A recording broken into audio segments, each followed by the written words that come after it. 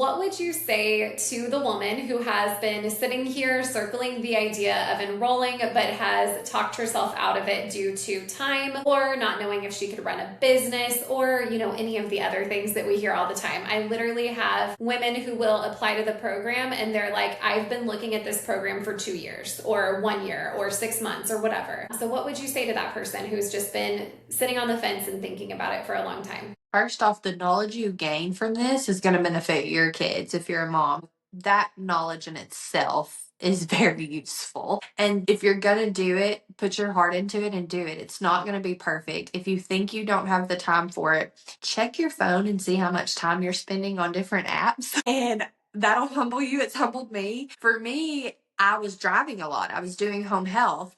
I had an 8-month-old and a newly 2-year-old at the time that I started. And so I was listening. I can't tell you the faces of some of the instructors on our videos, but I was listening. I would have my AirPod in if I was putting a kid to bed or up at night with a sick baby. I was getting up in the morning while I would get the kids to school. I would get ready. I would be getting ready with that playing.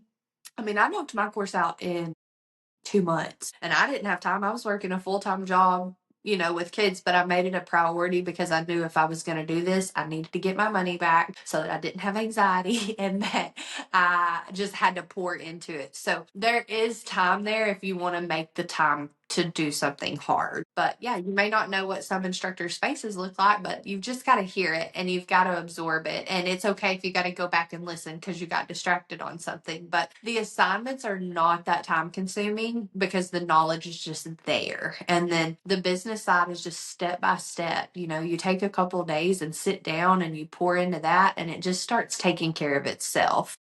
Yeah. Yeah. Love that. Just having y'all as like a resource.